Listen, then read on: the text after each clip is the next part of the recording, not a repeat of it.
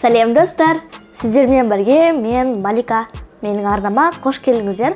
Бүгін біз сіздермен лаваштан пицца жасаймыз. Видеоны көрмес бұрын менің арнама тіркеліп, лайк басып, қоңырауша басып, комментарий қалдырып кетіңіздер.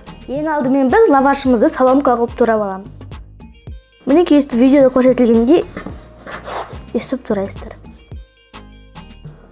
Сонымен достар, осындай соломка қылып турап алдым. Енді оны бір шетке қоя тұрамыз. 3 жұмыртқаның үстіне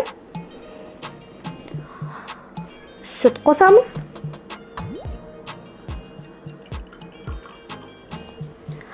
Енді оның үстіне тұз қосып араластырамыз.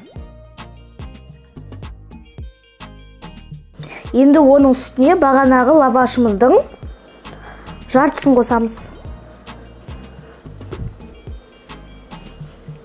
Енді араластырамыз.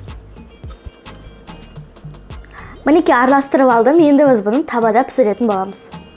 Достар, енді сковородкамыздың астына кішкене май жағып, неде антипригорящий сковородка. Енді үстіне бағанағы лавашымызды саламыз. Осылай реттеп шығамыз.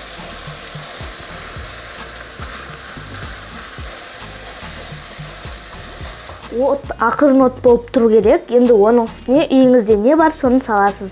Менде бұл колбаса.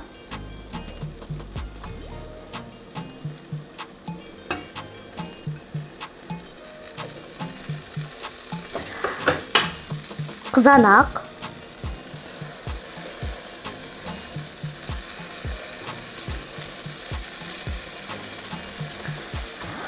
Сосын үстіне сыр себеміз.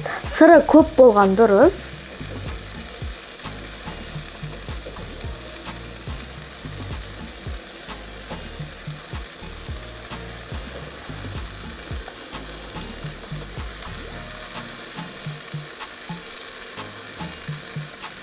Енді ақырын отта 10-15 минуттай пісіреміз.